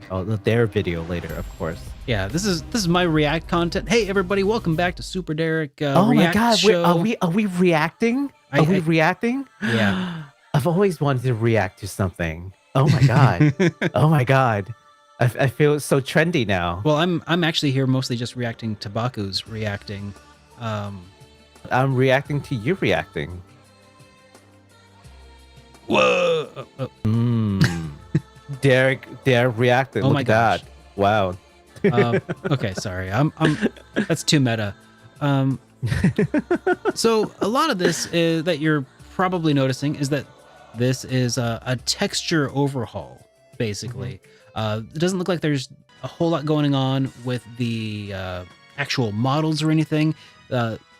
We are watching this in like a higher resolution because it's probably being played on an emulator, of course, Mhm. because that's how you would apply the patch anyway. Mhm. So yeah, it's not quite what we would call like maybe an HD remaster, right? Mhm. I would say that's probably a fair way to describe this. Mhm. Yeah. Um, And also, I mean, I think they're fairly early in the project anyway, so I wouldn't think like this is like the finished product and they're ready to go like tomorrow, right? Like, Yeah. give them a little time. They may change other things down the road. yeah, They literally just announced this. yeah, yeah. So it is basically a texture pack, but that's cool. Mm-hmm. Yep, Yeah, and it's looking pretty good. nothing wrong with it. So yeah, keep your eyes peeled for that. So let's go ahead and wrap that up here. But Yep. but they're doing this big undertaking to fully retexture the whole game here, and yeah, if you're itching to get your hands on the mod, yeah, it's just no real release date planned. But what I will say is, when will community patches and things learn to not announce your moves? Because there's certain organizations out there Mm-hmm. like Nintendo who have these things called lawyers who Oh no! like to get in the way Not the of lawyers. people from doing these things with cease and desist letters and stuff. I mean, Yep. I hope that doesn't happen. But I mean, we're talking about Konami here, who is already dabbling with working on the Suikoden series at this point with a couple of remasters. I wouldn't be surprised if it got a C and D. But I hope that they're able to finish the project because it seems like they're pretty excited about it. Um, but I don't know. That's my hope is that it'll make it to fruition. But that's kind of neat. Pretty Hmm. cool. Yeah, I'm always happy to see fan projects, right? If nothing else, to as an indicator to the industry that you know what, we're here and we're not us like we're not a insignificant amount of us here who would be happy to actually give you money if you do it proper and give us these things, right? It just comes to show that but on the other hand, if you won't act like, I don't know, Breath of Fire, maybe we would do it ourselves since you don't seem to care. Yeah, but so if nothing else, it is definitely telling the IP holder and the companies like, here, like, there's genuine interest. Okay, will you consider doing this right? And isn't Trails like a pretty good example of something like that anyways, for like the Oh yeah, crossbow art? Because for the longest time it was just like, yeah, we're just forget the crossbow art. Just go play Cold Steel. that is Go play Cold Steel. that's a Whatever. pretty You know? excellent counterpoint, I suppose, to that whole mythos or that whole strategy of not announcing your moves, because essentially they announced the whole Geofront team announced well in advance what they were going to be doing with both games, and they went unthwarted. But I think a big part of that is also there was nobody who had the IP rights in the West to stop them until they were done. And then by Right. that point, they're just like, okay, we'll just incorporate your work into our official product. And that was pretty dang awesome. Yeah. So, but yeah, pretty awesome. I hope that they make it to release. So, Yeah. Unfortunately, these things usually end in C and D, and not like the good, happy, warm, like, do you remember? conclusion. Do you remember? God, what was it? Chrono Resurrection? Chrono Break? No. No. Oh, yeah. Chrono Break was the thing that they trademarked and then didn't act on. Right. Chrono Yes. Resurrection was oh God, this was the OG. This is the first time I think I ever got burned by a fan project getting C indeed. Chrono Resurrection was this like it was like this there was a video or two that they put out where they recreated certain scenes from Chrono Trigger in polygonal form. Going back and looking at it now, it would probably look a little bit primitive because this was back during PlayStation 2 era, I want to say. Yeah, it was a while back. And but it looked like a PlayStation 2 kind of game. But man, and it was, a lot of people were really excited about it. And then it just went the way of the dodo bird. So yeah. But man, I was so excited for that back in the day. Wouldn't you believe it? We still don't really have like a third Chrono game. Yeah, we do. It's called Chrono Cross. Boom, got him. Or a fourth, rather. Yeah. I Like know. a game after. I mean, there is that one like other game. I just remembered that Radical that game Dreamers. even exists. Yeah, Radical Exactly. Dreamers. Nobody Yeah. remembers Radical Yeah, Dreamers. no existed. one remembers. That's why I but just had there's- to. That's why I had to just roast you real quick. I was like, oh, wait a minute. I thought about it. I'm like, oh, snap. You're right. Okay. Yeah, but it's crazy that we still don't have it. Now, of course, we know why there isn't one. But, if you think about how many years it's been, it's I a know. little nutty. Yeah. Yeah, it's a long time to hold grudges. It's a long time for them to act on a they're always asking like, how can we make products that people want? And then we're like, we want By Chrono. making They're products like, we want. and then they're like, yeah, but how do we make that? It's like, what do you want I don't me to know. come and show you how I don't it's know. done? Is Ask that it? Sabotage Studios how it's done, because they've done it. And I mean that in the best way possible. Yeah. But anyways, I think that about does it for the community news. So that leaves us Yeah. with just one final section here where we'll be responding to some of the super chats that have rolled in throughout today's show. Yes. Kicking us off here, right? We got Still Alive, who says, do you have any good RPGs where you get a ridiculous amount of playable characters such as the Suikoden series or Chrono Cross? Do you have any good RPGs where you get a ridiculous amount of playable characters such as Suikoden series or Chrono Cross? A ridiculous number of playable characters. Can I answer that one Go for it. real quick? Yeah, please. Not like the kind of RPG that you're thinking about, but tactical RPG. I mean, Oh, yeah, there yeah. are plenty of playable characters in tactical RPG. I don't, because it's kind of here's the thing, and it's gonna rub some people the wrong way, but I feel like it's kind of an oxymoron to try to put lots of playable characters and also an RPG, and you want to ask for good. That's a unicorn. Yeah. You know, I mean, except it's, for, I think, I think it's to your point. Like you mentioned this the other day, or somebody mentioned this the other day. Actually, the caller who left us a voicemail mentioned this the other day, that they wish that the extra playable characters were actually just, instead of being playable characters, to just be like bonuses that you could get or items or loot or something like that. Yeah. And that makes a lot of sense. Like maybe important key characters, but not like necessarily playable characters. Yeah. Because Suikoden, they had 108 stars of destiny that are recruitable, but far fewer than that were actually playable, or even like stuck around after the recruiting scene was done. Like a lot of Suikoden's like, hey, you got one, and then they are basically an item or an event or some special bonus that gives you access to a mini game or something like that. A lot of the stars of destiny are not actual characters; they are perks or things that you can do. I'm okay with that. And Yeah, that's fine. Yeah. But like Chrono Cross did not do that. Chrono Cross instead made a bunch of half fleshed out characters, or in the case of Skelly, not even fleshed out at all. Oh no! Yep. Oh no! You're angering all the Chrono Cross fans. Stop! Oh no! The Chrono Cross fans know that that's a joke about him being a skeleton, Okay. not being fleshed out.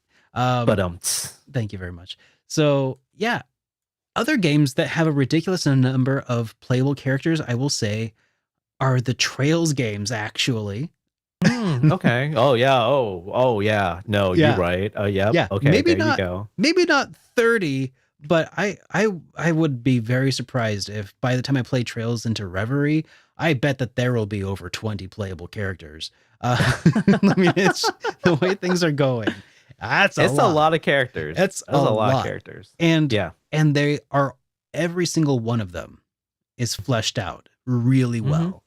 Yeah, because it takes multiple games to do that. Yes, exactly.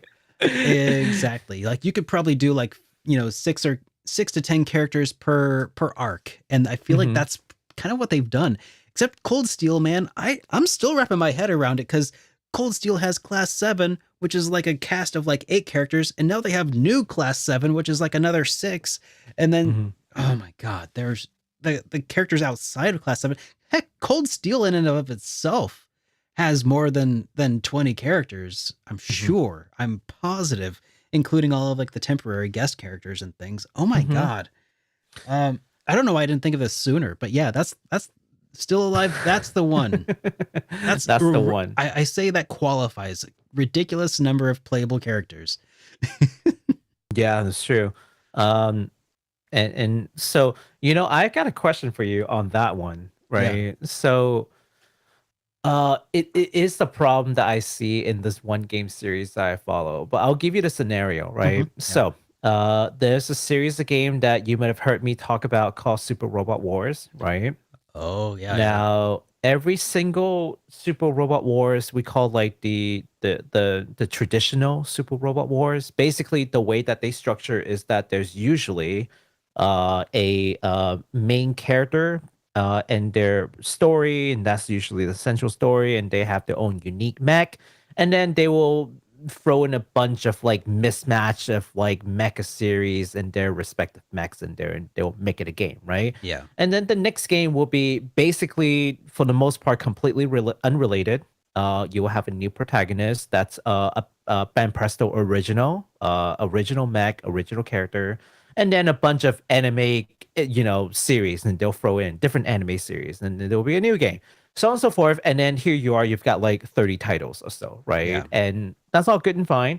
But here's the thing that was kind of interesting that they did. So back in 2010 or so, or maybe a little earlier than that, they released a new game called Super Robot Wars Original Generation.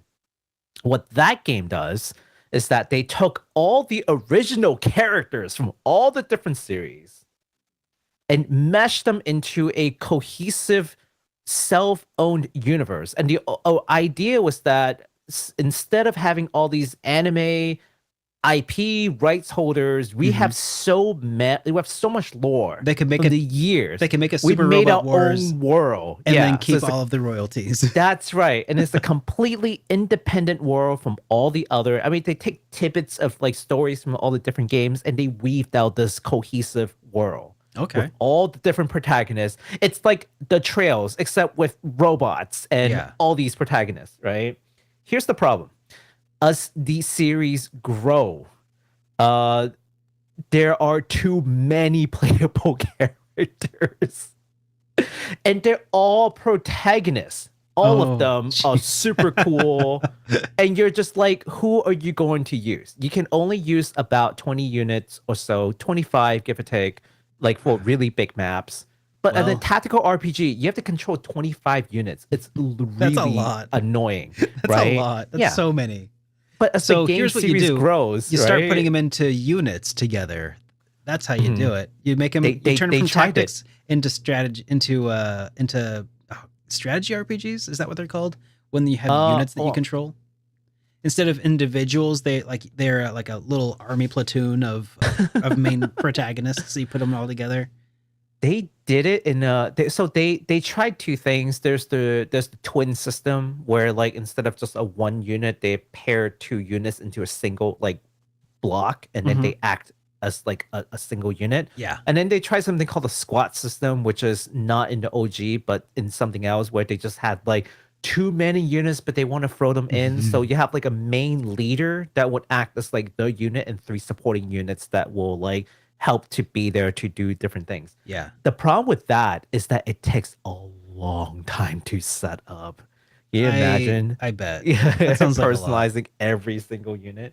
Yeah, so I draw the parallel with games like Trails, where eventually, as you go on, you're going to have a bunch of protagonists, if not protagonists, characters who are very significant that people love. What are you going to do? You bench one, people are going to get mad at You're you. gonna You don't bench them, you have too many. hopefully what Yeah. happens is you get big enough that you can keep making games starring the protagonists or that their stories conclude, which is something else that has happened in the Trails series. Mm. Characters, their arcs are done, and they don't necessarily have to die off for that to happen. I mean, but they could. Mhm. But like once somebody's story is done, you need to know when to stop, which is something that I think is hard for some game developers to realize when that has happened. Mhm. Sometimes it's okay to like say this is the end of this story. The chapter closes. Um, Yeah. yeah. So, It's an yep. interesting phenomenon with these. Like, you don't really think about it, but then as it goes on, it becomes more apparent over time. That's like, this might be an issue. Like, how are they going to solve it? I mean, there are many solutions. It's interesting to see what they will end up doing. I Yeah. think your solution is very valid. But whether or not they do that or they'll have a different take on it, I can't wait to see what they'll end up doing. Yeah. Yeah. Well, we All right. got another one here, another message here from Mesa Jake who says, "I love my weekly hit point. Will it continue while Baku is traveling? If so, may I suggest a guest YouTuber host like Brandon, aka Just the Gems?" Um, Just the gems. yeah, Just the Gems. He's an up and Just the coming gems. YouTuber. Have you not seen him? He's I got some I, good I have videos. not. I Oh don't yeah. watch a lot of Oh yeah. YouTube, He's despite being on YouTube right now. growing pretty quickly in the space. He's a pretty cool Ooh. dude. Um, Okay. but that aside, I don't think that it's going to be continuing without Baku because Baku is he's just a good friend of mine, and honestly, like that's why Hit Point is as good as it is because I already knew we had a pretty good rapport before even starting. Um, That is true.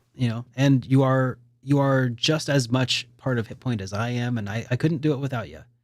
Thank So, you, sir. um, But yeah, well, in my absence, of course, I'm sure that means that Derek will have more time to pump out informative, interesting, entertaining videos for y'all to watch. So you well, guys won't that's the even miss hope. me. Yeah. That's the hope. Yeah. So I do hope and plan to continue to talk about maybe industry news or other things during the downtime when Baku's Mhm. gone. Kind of reprising some of my older JRPG weekly update formats. So keep your eyes peeled for those, and if you like them, make sure to click and watch them because sometimes when I go out on a limb, YouTube is not always the kindest. Yeah. With its algorithm. Mhm. So yeah, just keep an eye out for them. Um, Next up, Still Alive says, "How long does it tend to take you to learn new RPG's combat mechanics? Do you go through a lot of trial and error before you feel confident playing it?" Mm. Guess it depends on the game. I It mean, really some does. games are pretty easy to pick up. Other times, like even just Persona that I'm playing right now, their spells makes no sense in like the naming convention. It's like mak takatatura. And I'm like, what does that do? And Mr. Oh, Invalid's I like, think oh the yeah, one. it does that thing. Like Yeah, what? you're talking about uh, Ma Marata Kaja. There's so many. So Marako many. Kaja. Yep. Whichever. That's the one where you unconfuse everybody in your party specifically. Is it? Or is it Mataru Kaja? Because it could be. Those are the buffing spells, by the way. What about the debuff spells? Like, well, it's some kind of weird like coding convention going on. I'm like, you know what? I'm not gonna learn this. Yeah, I know. So, but of course, I'm sure the question goes beyond just like the naming convention of these things. But it really trips you up. It's not just like debuff. It's like some weird like thing that you have to learn, and it kind of goes hand in hand with these mechanics too, right? Yeah. So, um, yeah, no, I don't think I've ever found a game that where the mechanics is so difficult that I'm like, oh geez, like I am just having a terrible time learning this thing. Like they tend to be pretty good about And I think a big yeah. part of that is in part due to uh, common conventions that hold true between RPGs.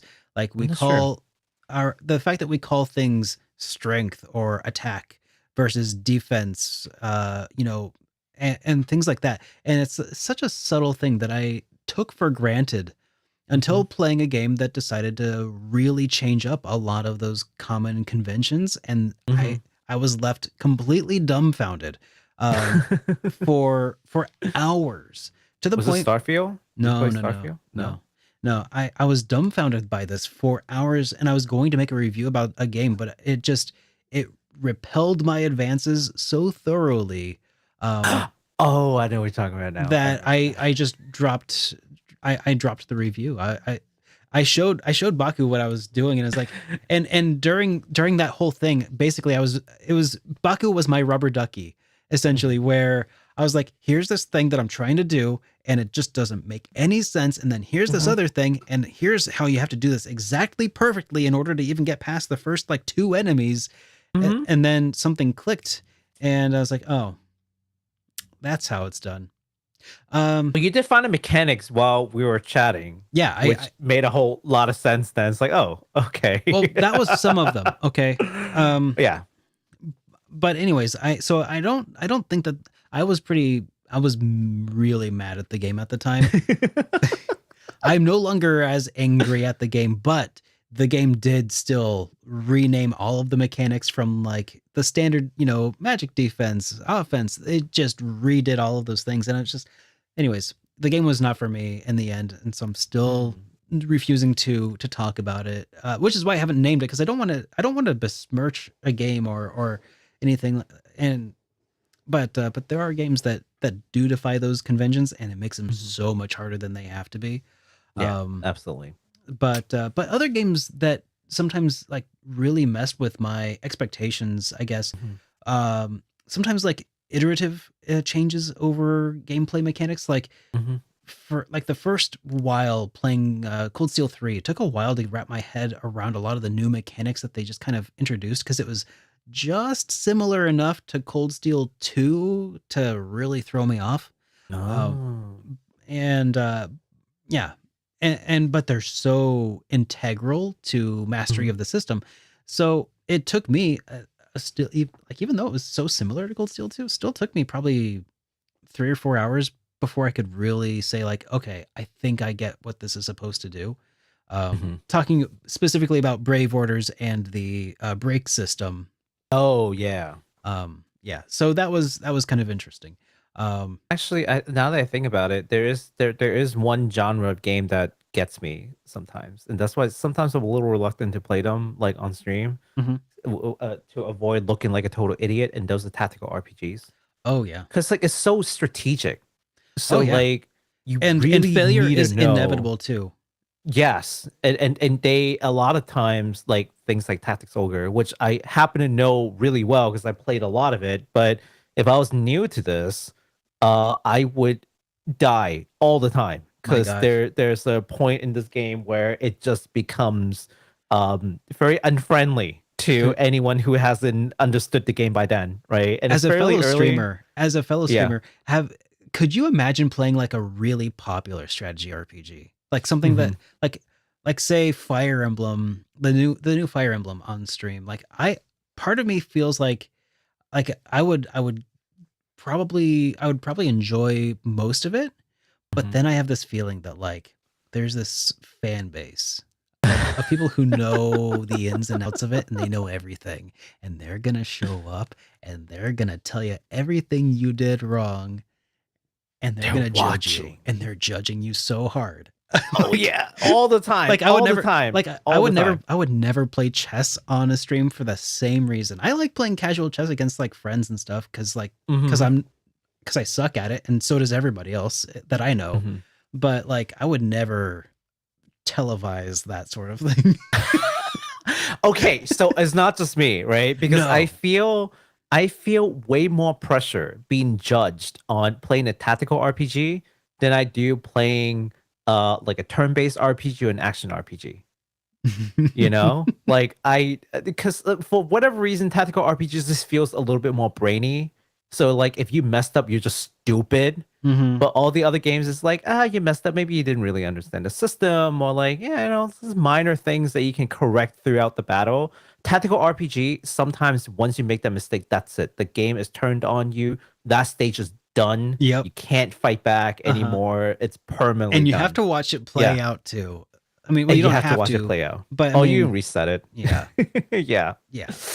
You gotta, and there's a certain degree of that of having to admit defeat instead of like just, oh yeah, I died and it's done. You gotta be like, okay, guys, hang on, I gotta reset my console. It's like 30 minutes of stage 2. You know what I mean? It's not like 30 minutes into stage it's just 2, a battle, and it's never you can quick. restart it. It's never quick to get back to restart it either. It's like, oh, okay, hang on, I gotta hit the reset button, and then it goes through all this thing. Oh man, that's one of my least favorite things about RPGs from back in the day is like if you died, like it would punish you by like not only like showing you like a you died screen, but then it'd send you back to the main menu and then it would play like an animation and then you gotta wait for that to finish and then you could hit and then you gotta load your game because the thing doesn't just. But the worst is when the default option is new game. Because the game knows that you're just mashing the A button to get to the next section, but then it's like, oh, okay, new game. Oh no, now I gotta restart the game again. And it's just so, and it punishes failure so bad. Okay. Anyways, that's one of the absolute worst. I remember those days.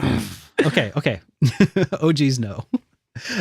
Okay, so next, I hope that answered your question sufficiently. Next up, still alive.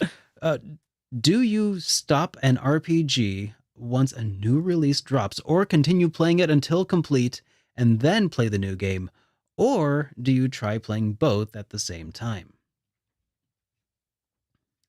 What do you say? What do I say?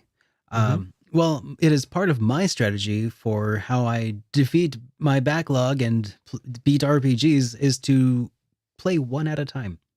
As a result, I mean, I will nowadays diverge sometimes for brand new games, and I'll play, 5 to 10 hours of one in order to do like an experience points video talking about it.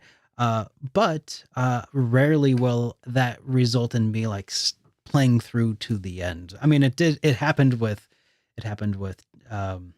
Sea of Stars. I didn't start with the intention of finishing the game, but it just kind of happened that way.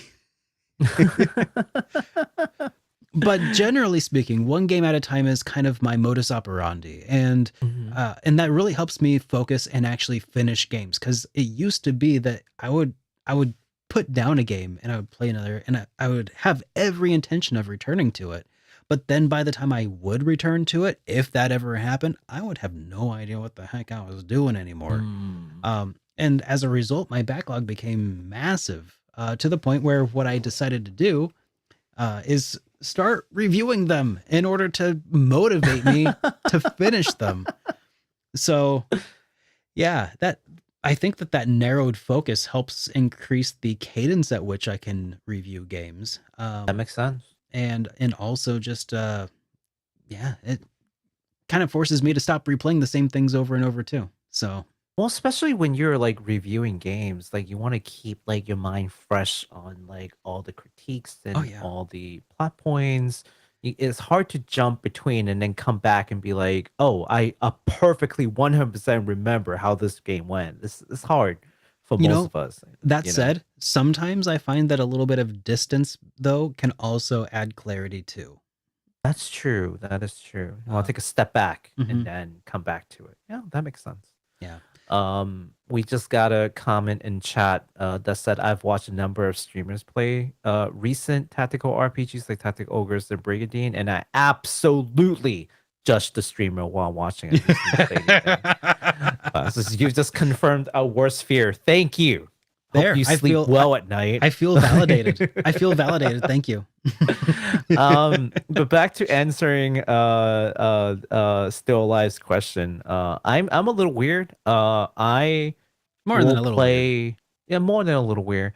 I'll play 3 games at a time. About 3 games at a time. Wow. And I'll explain. I'll have one main game that I won't quit until I won't replace until I'm done. But I'll have 2 games on the side, and those games are typically not RPGs. And even if they are RPG, it'll be like Pokemon, where Okay. like it's completely inconsequential. The story is just whatever. I'm not playing Pokemon for story. I'm playing Pokemon just to like collect things and just relax and like go beat up little kids. The game that you just sit and enjoy for your own enjoyment rather than the entertainment Right. of yourself Right. and every other. Yeah. Yeah. Now those games Mhm. I'm free to replace if something new that comes along that attracts my attention. Like recently I've been playing this game called the Suikoden game, which has blown up in social media and in Japan, which is basically a kind of Tetrisy kind of game where you drop fruits down and they combine in likes, and then they keep growing up until they grow up to be the biggest fruit, which is the suika, which is the watermelon, Hmm. right? And whenever fruits combine, you get points, right? So that's how you get points. But the fruit stays in there. So once you overflow, that's it. That's when this game is over, right? So Yeah. you want to strategically place the fruit so that they combine in a way that like you can put more fruits in, basically. And then each time they combine, it shrinks a little bit to give you a little bit of space back, if that makes sense. Yeah. Yeah. So I've been playing that, but that's a game that I can just drop anytime, right? It's just one of those like fidget games, if you will. Like I'm not sitting down full focus, going through an RPG. Sometimes you need little things as palate cleanser in between. So I have those. But for the most part, it really is just one game start to finish. Like right now for me is Persona Royal. That's the game that I'm sitting through start to finish, and I won't start a new game until that is done. That's the main game. But then I have like Pokemon on the side that I'm still playing. I've been playing that game for like a year now. I've made no progress, but it's there. If I want to pick it up just to catch another Pokemon and embarrass another child on the way, sure. And then I'll play something like a rhythm game, a Suika game, some other games that aren't RPGs, just to mix things up. And it's great. It's good to kind of like what Derek said. Like you want to play other things, take a step back, and then come back to it. Gives you a little bit of clarity. I do believe it. All right. Well, we got one more question actually just Oh my rolled in. God, still alive. Yep. You're still alive. They are indeed. And they say, last question. They said, I just got Beyond the Beyond on PS1. Have either of you got experience playing this one? What would you Sounds believe so me? familiar. It's one of Camelot's first games. Would you? It's for PS1, and it's okay. oft maligned among the RPG community. But you might not believe me to say it. I actually really want to play that one sometime. Oh, Yeah, I really want to pick it up. I think it was like the first RPG on PlayStation 1, or very close to it even. I've not played it, but I'm very very interested in checking out like the origins of the studio that would go on to make Golden Sun. $24.99 on eBay. Really, It's not. that's the not end of the bad world. for a PlayStation 1 RPG. That's pretty good. Yeah, $24.99. That's not bad. Yeah. $13.99. Oh, that's Japan. Oh. $24.99 US tested.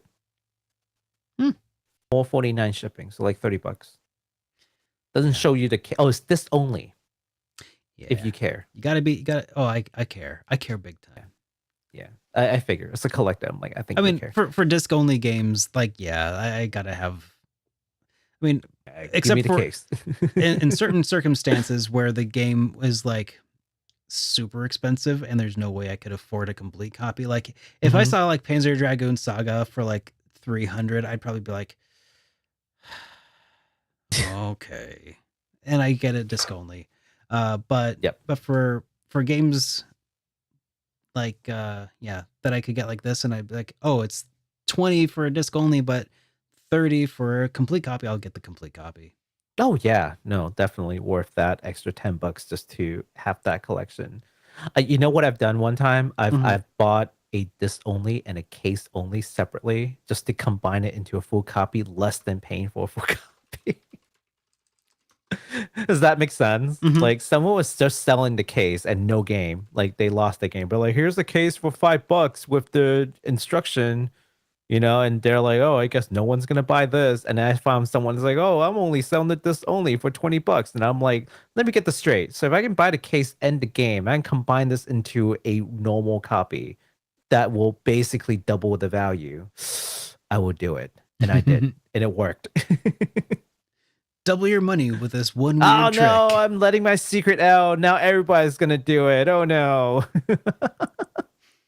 Go ahead. If Oh. you happen to find a disc only and a case only and you feel like you can trust them, it could be a good strategy. You don't know. You never know. Yeah. Okay. Last one looks like from Mesa Jake, who says, "Gonna miss HitPoint with you dudes. See you soon." Thank you. And with that, well, we'll miss you too, guys. But we will see you on what is it? Beginning of November? You think? Is that when you're going to be back? No. No? I will be back in the States on the 12th or 13th. Oh, and I'm going to be gone. I'm flying following on the that. 12th. Yeah, it's going to be a little while. We'll keep you posted on when we return. But until then, guys, have a good rest of your night, and we'll see you later on. Have Take a care, good y'all. have a good while, everybody. Bye, bye, bye.